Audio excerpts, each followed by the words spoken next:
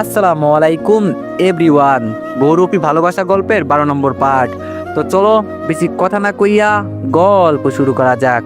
রিয়া পেছনে বসে কারে জানি কল দিয়ে বলল, আমার দেওয়া ঠিকানায় চলে আয় সব কিছু নিয়ে, আর সবাইকে আসতে বল, আজকে বড় ধরনের কিছু হবে। আমি বললাম, রিয়া তোরে একটা কথা বলবো। রিয়া বলল, বল কি বলবি। আমি বললাম, তুই আবার আগের জায়গায় ফিরে যা, যত খুন খারাপি করা লাগে সব আমি করব। তুই একটা লেডিস দল গঠন কর, যেখানে সবাই তাদের নাম শুনলেই ভয়ে কাঁপবে। তুই শুধু দলটা পরিচালনা করবি, আর কিভাবে মানুষ তাদের ভয় পায় এইসব আমার উপর ছেড়ে দে। রিয়া বলল, কিন্তু রিফাত। আমি বললাম, তোরে কেউ চিনবে না, তুই গোপনে কাজ করবি, আর আমি বাইরে থেকে সবকিছু সাহায্য করব। রিয়া বলল, আচ্ছা ওদের আমি বলে দেখি কি বলে। আমি বললাম, কি বলে বললে হবে না, আমি তোরে যেটা বলছি তুই সেটা কর। কিছুক্ষণ পর রিয়ার 4 বান্ধবী চলে আসলো। আমি ওদের বুঝিয়ে দিলাম কিভাবে কি করতে হবে। আমি এখন সরাসরি রাসেলের বাসায় চলে গেলাম। রাসেলের বাসার সামনে গিয়ে দেখি সবকিছু একদম নীরব নিস্তব্ধ, কারো কোনো কথা নাই, চারিদিক যেন একদম ঠান্ডা পরিবেশ। রাসেলের বাসার সামনে গিয়ে দরজায় কলিং বেল দিতেই ছোট আপু দরজা খুলে দিল। ছোট আপু আমাকে দেখেই বলল, আরে রিফাত যে, তা আজকে কি নিজের মৃত্যুর আমন্ত্রণ জানাতে এখানে আসলি নাকি? আমি হাসি দিয়ে বললাম, হয়তো, আবার হয়তো না, তবে যদি পারিস আমাকে মেরে দেখা। এই কথাটা বলতে একটা ছেলে আমার দিকে এগিয়ে এসে বলল, তোর কত বড় সাহস, ম্যাডামের সাথে বিয়াদবি করিস। আমি খালি হাত ইশারা দিয়ে ছেলেটার কপালে হুদায় ইশারা করে গুলি করলাম, আর সাথে সাথে ছেলেটা মাটিতে লাশ হয়ে পড়ে গেল। আমি হাসতে হাসতে বললাম, আজকে সবকিছু তৈরি করে এখানে আসছি, যদি আমাকে আটকাতে পারিস আটকিয়ে দেখা। ছোট আপু একটু ভয় পেয়ে পিছনে গেল। আমি ছোট আপুর চুল ধরে বললাম, চিন্তা করিস না, তোরে মারবো না। রিয়ার দিকে ইশারা করে বললাম, রিয়া রাসেলকে রুম থেকে ধরে নিয়ে আয় তো। রিয়া আমার কথা শুনে ভিতরে চলে গেল। আমি ছোট আপুর দিকে তাকিয়ে বললাম, শরীর থেকে সমস্ত কাপড় খুলে উলঙ্গ হয়ে যা। ছোট আপু এবার আমার দিকে অসহায় দৃষ্টিতে তাকিয়ে বলল, প্লিজ ভাইয়া তুই আমাকে ছেড়ে দে, আমি আর কখনো এসব করব না। রিয়া আমার সামনে রাসেলকে লাথি মেরে বলল, ও তোর বাবাকে মেরেছে না। আমি বলতে রিয়া রাসেলের পায়ে গুলি করে দিল। রাসেল যেই চিৎকার দিতে যাবে তখন রিয়া ওর মুখ চেপে ধরে বলল, চুপ কর কুত্তার বাচ্চা, আজকে তোরে আমার হাত থেকে কে বাঁচায় এটাই দেখব। আমি যে হঠাৎ করে এখানে চলে আসব সেটা রাসেলের জানা ছিল না। রাসেল ভাই জানে আমি কত ভীতু একটা ছেলে, ও বলবে আর আমি এখানে চলে আসব, এটা ওর ধারণার বাইরে ছিল। আমি এবার ছোট আপুর হাতে পিস্তল দিয়ে বললাম, তুই তোর ভাইকে গুলি করে মারবি, আর যদি না মারিস তাহলে আমি তোর ভাই সহ তোরে মেরে ফেলবো। আমার কথা শুনলে তুই হয়তো বাঁচতে পারবি। ছোট আপু ভয়ে কান্না করে দিয়ে বলল, প্লিজ আমাদের মাফ করে দে, আমরা ভালো হয়ে যাব। আমি বললাম, ও তুই ভালো হয়ে যাবি না? আমি এখান থেকে যাওয়ার পর তুই তোর লোক ডাকিয়ে আবার আমার বিরুদ্ধে মাঠে নামবি। আমাকে তোরা দুই ভাই বোন মিলেও কিছু করতে পারবি না, এটা আমি জানি। যদি কিছু করার ক্ষমতা থাকে তাহলে করে দেখা। রাসেল ভাই হাসতে হাসতে বলল, খুব খারাপ করলি তুই, আমি তোরে ছাড়বো না।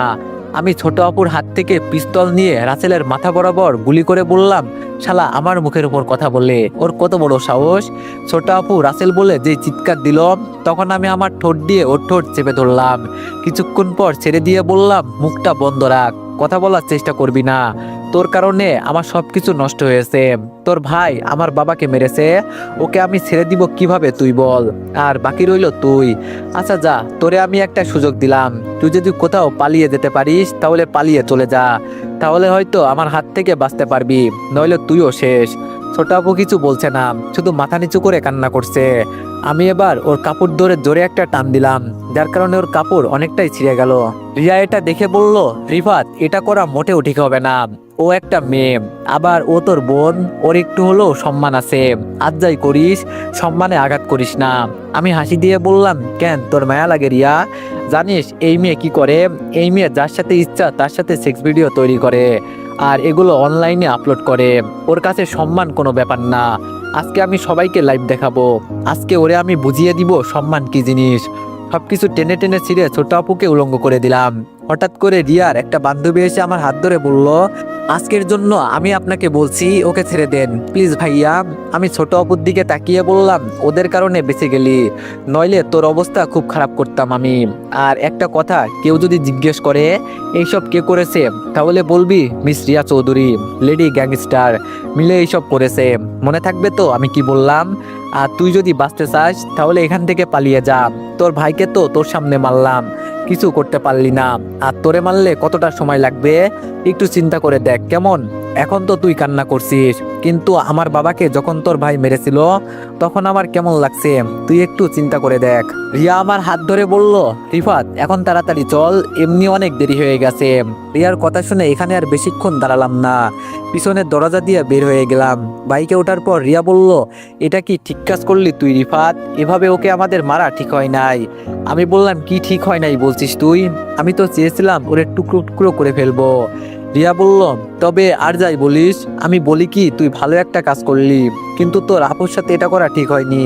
আমি বললাম, ও কতটা নষ্ট একটা মেয়ে তুই এটা জানিস না, যদি এটা জানতিম তাহলে তুই আর এই কথা বলতি না। রিয়া বলল, আচ্ছা সেই সব জেনে আমার লাভ নাই, এখন তুই তোর বইয়ের বিষয়ে কিছু চিন্তা করলি যে তোরে মারতে নিয়েছিল। তবে আমার মনে হয় কি জানিস, রিমি তোরে মৃত মনে করেই চলে গেছে। আমি মুচকে একটা হাসি দিয়ে বললাম, ও নিজের বিপদ নিজেই ডেকে এনেছে। ভাবছিলাম সবকিছু ঠিকঠাক করে নিব, ওকে বুঝিয়ে শুনিয়ে আবার আমি নিয়ে আসব, কিন্তু তার হতে দিল না। রিয়া বলল, তাহলে তুই কি করবি এখন? আমি বললাম, অনেক কিছু করব, যা তোর ধারণার বাইরে। রিয়া বলল, তবে তুই আজকে এত কিছু করবি? আমি তো এগুলো চিন্তাই করতে পারি নাই, হঠাৎ করে তোর মাঝে এত সাহস দেখে আমি সত্যিই বোকা হয়ে গেলাম। আমি বললাম, কি করব তুই বল? ও আমাকে ফোন করে ওর বাসায় যেতে বলছিল, এজন্য আমি ওর বাসায় গিয়েছিলাম। আর ওর সাথে এমন কিছু করব, ও যদি জানতো তাহলে আমরা কি বেঁচে ফিরে আসতাম বল? আমি জানি রাসেল ভাইয়ার অনেক ক্ষমতা আছে ওর গ্রামে, কিন্তু ওর গ্রামে ঢুকে ওকেই মেরে আসছি। এখন দেখ তোর নামটা কিভাবে ভাইরাল হয়। রিয়া বলল, তুই আমার নাম বললি কেন? আমি বললাম, তোরে দিয়ে অনেক কিছু করব, চিন্তা করিস না। অনেকক্ষণ জার্নি করার পর বাসার সামনে আসলাম। রিয়া বাইক পার্ক করে আমার সামনে এসে বলল, এখন ভিতরে চল, দেখি আন্টি কি রান্না করেছে, আজকে অনেকটাই পরিশ্রম করে আসছি। ভিতরে সিঁড়ি বেয়ে উপরে উঠতে উঠতে রিয়া বলল, তাহলে এখন কি করবি বললি না তো? আমি বললাম, আগে তো আমাকে চিন্তা করতে দিবি, এখনো নিজেই জানি না কি করব। বাসার সামনে যেতেই বাসার ভিতরে কেমন যেন অদ্ভুত ধরনের একটা আওয়াজ শুনলাম।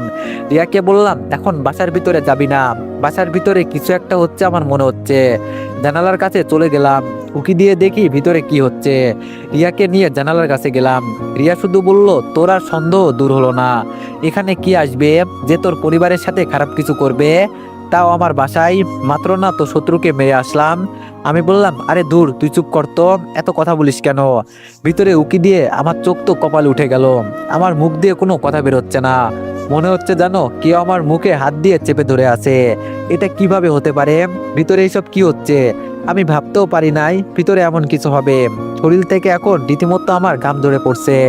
আমি এটা কখনো আশা করি নাই, কারণ এটা তো আমার ধারণার বাইরে ছিল। আসলে ভিতরে আমার মতো দেখতে হুবহু একটা ছেলে আম্মুকে জড়িয়ে ধরে বলছে, জানো আম্মু, আমি যখন গাড়ি থেকে নিচে পড়েছিলাম তখন মনে হয়েছিল আমি আর বাঁচবো না। শেষবারের মতো আমি আমার আম্মুর মুখটা দেখতে চেয়েছিলাম, কিন্তু দেখো আজ ভাগ্যের কি পরিহাস, আজকে তোমার দোয়ার কারণে আমি বেঁচে ফিরে আসছি। ভিতরে আমার মতো হুবহু ছেলেটাকে দেখে আমি তো পুরাই বোকা হয়ে গেলাম। রিয়া সরাসরি আমার দিকে পিস্তল তাক করে বলল, তুই আসলে কে? তুই কি নকল রিফাত নাকি তুই আসল রিফাত? সত্যি কথা বল, নইলে কিন্তু আমি তোরে গুলি করে দিব। তুই যদি সত্যি আসল রিফাত হোস তাহলে ভিতরেই ছেলেটাকে যে আন্টিকে জড়িয়ে ধরে আছে। আমি রিয়ার দিকে ইশারা করে বললাম, আরে তুই আস্তে কথা বল, আর আমি যে আসল তোর এটা বিশ্বাস হয় না? আচ্ছা ঠিক আছে, আমি তোর নিচের রুমে যাওয়ার কোডটা বলছি, ওটা হলো, এখন তো তোর বিশ্বাস হয়েছে, যদিও তোর বিশ্বাস না হয় তাহলে তুই আমার পিঠে দেখ, ওখানে একটা জন্ম দাগ আছে, আর ভিতরে যে আছে ও হলো নকল রিফাত। দেখ রিয়া, তোরে আমি আর কিছু বলবো না, তুই আমার কাছের মানুষ, তোর নিচের রুমে যাওয়ার পাসওয়ার্ড শুধু আমি আর তুই জানি, তুই ভিতরে গিয়ে জিজ্ঞেস কর, ও কিছুই বলতে পারবে না। রিয়া পিস্তল ছড়িয়ে বলল, তুই যা বললি সবকিছুই তো ঠিকঠাক আছে, কিন্তু এই ছেলেটাকে আর তোরেও নকল করবে কেন? আমি বললাম, আগে তুই এখান থেকে একটু দূরে চল, তোরে আমি সবকিছু বুঝিয়ে বলছি। রিয়ার হাত ধরে ওকে আমি একটু আড়ালে নিয়ে গেলাম। আমি রিয়াকে এবার বললাম, তুই তো জানিস রবিন আর রিমি মিলে আমাকে মারতে নিয়েছিল। রিয়া বলল, এটা তো জানি। আমি বললাম, রিমি মনে করছে আমি সত্যি সত্যি মারা গেছি, এজন্য নতুন কোনো গেম শুরু করছে। রিমি আমার পরিবারের সাথে কিছু করতে চাই, কিন্তু রিমি আমাকে মেরেছে, এটা আমি মেনে নিয়েছি, কিন্তু ও আমার পরিবারের সাথে কি করতে চাইছে এটাই তো বুঝতে পারছি না। রিয়া বলল, আমার কেন জানি বিশ্বাস হচ্ছে না, আমি কিছুই তো বুঝতে পারছি না। আমি বললাম, তোর কিছুই বুঝতে হবে না, তুই এখন ভিতরে যা, আর গিয়ে ওকে জিজ্ঞেস কর, ও তোর নামটাও বলতে পারবে না। আগে এটা কর, দেখ তোর বিশ্বাস হবে। রিয়া আমার দিকে তাকিয়ে বলল, তাহলে কি আমি ভিতরে যাব? আমি বললাম, যা, তবে খুব সাবধানে থাকবি, ও যেন কোনোভাবেই তোরে সন্দেহ না করতে পারে। রিয়া বলল, আচ্ছা তাহলে আমি ভিতরে গেলাম, তুই বাইরে থেকে দেখ ভিতরে কি হয়। আমি আচ্ছা বলে আবার জানালার পাশে গিয়ে দাঁড়ালাম। রিয়া দরজা ঠেলে ভিতরে গিয়ে ছেলেটার উদ্দেশ্য করে বলল, আরে রিফাত, যে তুই কবে এলি?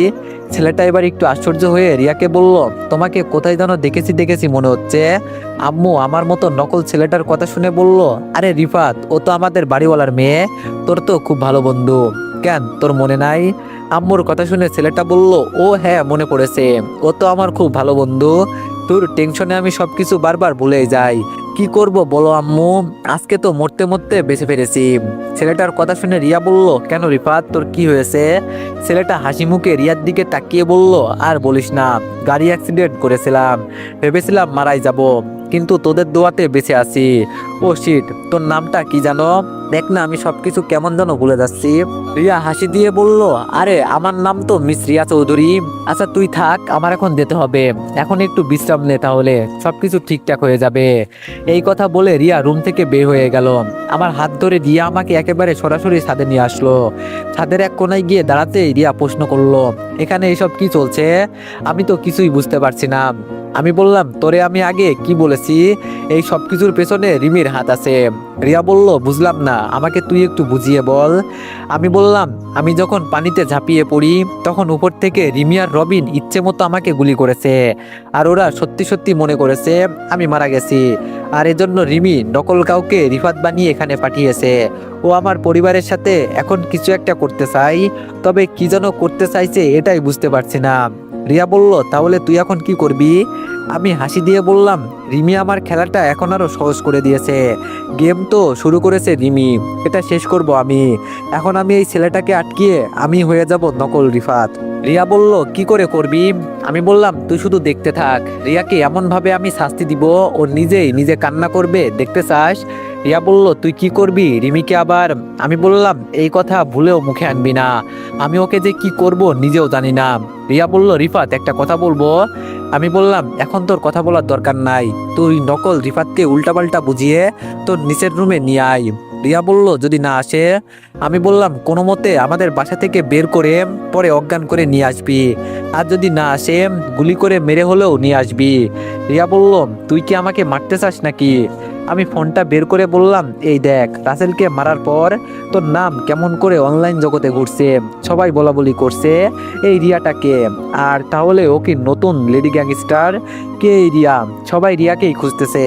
রিয়া নিউজটা দেখে একটা হাসি দিয়ে বলল, যা, আজকে থেকে আমি আবার তোর সাথে যুক্ত হলাম। আচ্ছা ঠিক আছে, তুই নিচের রুমে যা, আমি ওই শালাকে ধরে নিয়ে আসছি। এই কথা বলে রিয়া নিচে চলে গেল। আমি ছাদে একা একা দাঁড়িয়ে চিন্তা করছি, রিমি আমার সাথে এটা করতে পারলো, আমি রিমিকে কতটা ভালোবাসি। আমার আম্মুর সাথে এত কিছু হয়ে যাওয়ার পরেও আমি মনে করেছি যা হয়েছে সবকিছু ভুলে গিয়ে নতুন করে সংসার করব। কিন্তু রিমিতা হতে দিল না, ও আমাকে নিজ হাতে গুলি করতে পারলো। খারাপ হলেও তো আমি ওর স্বামী। আসলে যখন মানুষের মন থেকে মায়া উঠে যায় তখন সেই পৃথিবীর কারো কথাই শুনতে রাজি নয়। সব হলো কপাল, কার কপালে যে কি আছে কে জানে। তবে একসময় চিন্তা করতাম, যদি আমার ভালোবাসা খাঁটি হয় তাহলে একদিন না একদিন পাবো, কিন্তু আজকে দেখি সেটা বিপরীত হয়ে গেছে। হেঁটে হেঁটে রিয়ার রুমে চলে গেলাম, পাসওয়ার্ড দিয়ে নিচের রুমে গেলাম, একটা চেয়ার নিয়ে সবকিছু সুন্দরভাবে সাজিয়ে নিলাম, যাতে আমার মতো ছেলেটাকে এখানে এনে একটু যত্ন করতে পারি। এই তো রিয়া ছেলেটাকে নিয়ে এখানে আসছে। আমি তাড়াতাড়ি একটু আড়ালে চলে গেলাম। ছেলেটা আমার কাছে আসতেই ওকে জোরে একটা ধাক্কা দিয়ে সামনে ফেলে দিলাম। রিয়া আর আমি তাড়াতাড়ি ওকে ধরে চেয়ারের সাথে বেঁধে দিলাম। ছেলেটা এবার আমার দিকে তাকিয়ে একদম অবাক হয়ে গেল। ওর মুখের কথা একদম বন্ধ হয়ে গেছে। আমি এবার রিয়ার দিকে তাকিয়ে বললাম, রিয়া ওর মুখোশটা খুলে ফেলতো, আমি দেখতে চাই আমার রূপ ধরে কে আমার বাসায় আসছে। রিয়া আমার কথা শুনে ছেলেটার মুখ থেকে মুখোশটা টেনে খুলে ফেললো। আর এই ছেলেটা আর কেউ না, আমার একমাত্র বন্ধু রবিন। আমি হাসতে হাসতে নিচে বসে বললাম, জানিস রিয়া, যারে আমি বেশি আপন মনে করি তারা আমার সাথেই বেইমানি করে। রিয়া আমার দিকে তাকিয়ে বলল, ও তো সেই ছেলে যে তোর বিয়েতে এসেছিল। আর আমি যদি ভুল না হই তাহলে ও রিমির সাথে যুক্ত হয়ে তোরে মারতে গিয়েছিল, তাই তো? আমি বললাম, মারতে গিয়েছিল মানে? ও তো নিজ হাতে আমাকে গুলি করেছে, শুধু নিচে লাফিয়ে পড়েছি দেখে বেঁচে গেছি। রিয়া আমার পাশে বসে বলল, তাহলে এখন ওকে মেরে বস্তা ভরে রাস্তায় কি ফেলে দিয়ে আসবো নাকি? রিয়ার কথা শুনে রবিন কান্না করতে করতে বলল, বন্ধু তুই প্লিজ আমাকে ছেড়ে দে, আমার ভুল হয়ে গেছে। আমি বললাম, দেখ, প্রথমত হলো তুই আমাকে বন্ধু বলবি না, তুই আমার বন্ধু হওয়ার যোগ্যতা রাখিস না। তবে তুই আর যাই করিস এখান থেকে বেঁচে ফিরতে পারবি না। এখন তো রিয়ার সাথে নকল রিফাতের অভিনয় করব আমি, তোরে একেবারে মেরে ফেলবো। তবে একটা কথা জেনে রাখ, তুই আমার সাথে বেইমানি করার জন্য অবশ্যই মরবি। মনে আছে রিমির বাসার সামনে 2টা লাশ মেরে কারা যেন ফেলে রেখেছিল? ওটার কেউ করে নাই, ওদের আমি নিজ হাতে খুন করছি। এখন চিন্তা কর তোর অবস্থা আমি কি করতে পারি। রবিন আমার কথা শুনে কান্না করে দিয়ে বলল, আমার একটা পিচ্চি বোন আছে, আর আমার বাবা মা আমি ছাড়া ওদের কেউ নেই। তুই প্লিজ আমাকে ছেড়ে দে, আমি জীবনের জন্য শহর ছেড়ে চলে যাব, আর কখনো এখানে আসবো না। আমার আম্মুর অপারেশনের জন্য টাকার দরকার ছিল, এজন্য আমি এসব করেছি। টাকার জন্য আমি নিজের বন্ধুত্ব বিক্রি করে দিয়েছি। এছাড়া আমার কি আর করার ছিল তুই বল? আমি লাফ দিয়ে নিচ থেকে উঠে রবিনকে চেয়ার সহ লাথি মেরে নিচে ফেলে দিয়ে বললাম, শালা তুই অন্য কারো দোহাই দিবি না। এক তো আমার সাথে বেইমানি করছোস, আবার বড় বড় কথা বলিস। এখন তোরে এখানে কেটে রেখে দিলে তোর রিমি ম্যাডাম তোরে বাঁচাতে আসবে। ডাকতো তুই তোর রিমি ম্যাডামকে। আমার কথা শুনে রবিন শুধু কান্না করছে, কিছুই বলছে না। রিয়া আমার হাত ধরে বলল, ও যদি ওর মায়ের জন্য এইসব করে তাহলে আমি বলি ঠিক আছে, আর এখন এইসব বাদ দে। সব দোষের মূল হলো তোর বউ, ওকে আগে তুই ঠিক কর। ওর টাকার লোভ দেখিয়ে মানুষকে দিয়ে কত কি করাচ্ছে, আর ওর মতো মেয়ে। আমি বললাম, থাক রিয়া, যেই পর্যন্ত বললি সেই পর্যন্তই থাক, ওর ব্যবস্থা তো আমি এখন নিজে করব। আর এই ছেলে শোন, তোর এখানে আসার মূল উদ্দেশ্য কি আমাকে আগে বল। রবিন কান্না করতে করতে বলল, রিমি ম্যাডাম মনে করছে তুই সত্যি সত্যি মারা গেছোস, এজন্য আমাকে তোর মতো সাজিয়ে তোর বাসায় পাঠিয়েছে, যেন আমি তোর মাকে বলি রিমিকে বাসায় নিয়ে আসি, আর তোর মায়ের কাছে প্রমাণ করি রিমি যেন খারাপ একটা মেয়ে, যাতে তোর মা ওকে বিদায় দিয়ে দেয় আর ও আবারও ওর বয়ফ্রেন্ডের কাছে যেতে পারে। আমাকে শুধু এই পর্যন্ত বলেছে। আমি রবিনের কথা শুনে বললাম, ও এইসব বুদ্ধি করেছে আমার বিরুদ্ধে নাকি?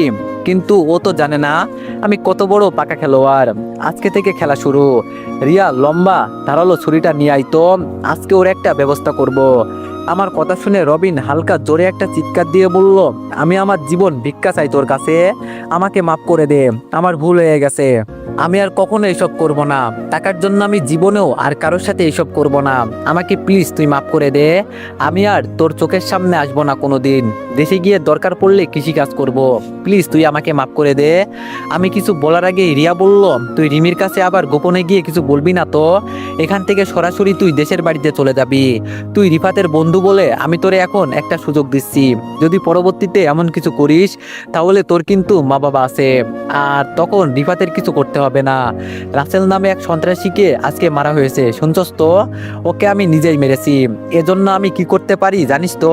সাবধান থাকবি, মনে থাকে জানো। আমি রিয়ার দিকে তাকিয়ে বললাম, এটা করা কি ঠিক হবে রিয়া? ওকে ছেড়ে দিলে? রিয়া আমাকে কিছু বলতে না দিয়ে রবিনের হাত পা খুলে দিয়ে বলল, আমার সাথে আয়, আর যদি কোনোদিন এসব করিস তাহলে আমি তোরে কি করব জানিস তো? রবিন যাওয়ার আগে আমার দিকে তাকিয়ে বলল, মাপ চাওয়ার মতো আমার কাছে কোনো ভাষা নেই, অনেক বড় অপরাধ করে ফেলেছি আমি, যদিও তাও সম্ভব হয় মাফ করে দিস। আমি আর বাকি জীবন টাকার জন্য এমন কোনো ভুল করব না। এই কথা বলে রবিন রিয়ার পিছনে হেঁটে হেঁটে চলে গেল। আমিও উপরে রিয়ার রুমে চলে আসলাম। কিছুক্ষণ পর রিয়া এসে বলল, রাগ করলি আমার উপর রিফাত? আমি বললাম, আরে ধুর, রাগ করার কি আছে, কিন্তু ও যেন এমন কিছু করবে আমি ভাবতেও পারি নাই।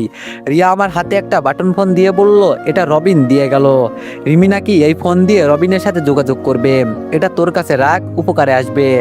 আমি রিয়ার হাত থেকে ফোনটা নিয়ে বললাম, তোরে অনেক অনেক ধন্যবাদ। রিয়া বলল, তা ধন্যবাদ কেন? আমি বললাম, তুই আমার অল্প দিনের বন্ধু হয়েও কোনোদিন আমার সাথে বেইমানি করিস নাই। রিয়া হাসি দিয়ে বলল, আমি যদি বেইমানি করি তাহলে তো তুই আত্মহত্যা করবি, এটা তো জানি আমি। আমি বললাম, তবে রবিনকে আমি অনেক বিশ্বাস করতাম। রিয়া বলল, বিশ্বাস করলে আর কি হবে, টাকা মানুষকে অন্ধ করে দেয়, এটা তো জানিস। আমি বললাম, তোর এটা বলতে হবে না, তবে রবিন যে টাকার জন্য এইসব করবে আমি ভাবতেও পারি নাই। রিয়া বলল, বাদ দে এইসব। আমি বললাম, কিছুক্ষণ চুপ থাকার পর রিয়া হাসি দিয়ে বলল, তো এখন কি করবি নকল রিফাত? আমি বললাম, এবার তো খেলা শুরু, এখন তো আমি রিমির কাছে যেতে পারবো। আমাকে রিমি এখন চিনতে পারবে না, ও মনে করবে আমি রবিন। রিয়া বলল, তবে আজ যাই করিস একটু বুঝে শুনে করবি, ঠিক আছে? আমি বললাম, আচ্ছা, এখন আমি রুমে গেলাম, আবার কালকে সকালে রিমির কাছে যাব। রিয়া বলল, আমার যাওয়া লাগবে কি? আমি বললাম, না, তোর যাওয়া লাগবে না, তুই শুধু এইদিকে একটু সামলে নিস, ঠিক আছে? আমি রিয়ার রুম থেকে বের হয়ে উপরে চলে গেলাম। উপরে যেতেই আম্মু আমাকে দেখে সোফা থেকে উঠে বলল, তোরে কত করে বলছি একটু ঘুমাতে, কিন্তু রিয়ার সাথে চলে গেলি। আমি বললাম, এই তো আম্মু, এখন ঘুমাবো। আম্মু বলল, তোর আপু আসবে আজকে। আমি বললাম, কেন, আপু আবার আসবে কেন? আম্মু বলল, তোর আপু আসবে তোর বিয়ের বিষয়ে কথা বলতে, তানিয়ার বান্ধবী আছে না ঋতু, ওর সাথে। আবার এইদিকে তুই না কিছুক্ষণ আগে বললি রিমি নাকি আমার সাথে কথা বলতে চাই। আমি বললাম, এইসব কথা বাদ দাও, আমার বউ আছে জেনে আপু। আম্মু বলল, আমি কি জানি, তোর আপু আসলে তুই বুঝিয়ে বলবি, ঠিক আছে? আমি আর আম্মুর কথাই কিছু বললাম না, সব কয়টা মিলে আমাকে পাগল করে দিবে, আমি এখন ভালো করেই বুঝতে পারছি। বিছানায় গিয়ে দিলাম এক ঘুম, রাতে ঘুম থেকে উঠে অল্প কিছু খেয়ে আবার ঘুমিয়ে গেলাম। তো এভরিওয়ান, নেক্সট পার্টের জন্য সবাই একটু বেশি বেশি লাইক আর কমেন্ট করে দিও। ধন্যবাদ।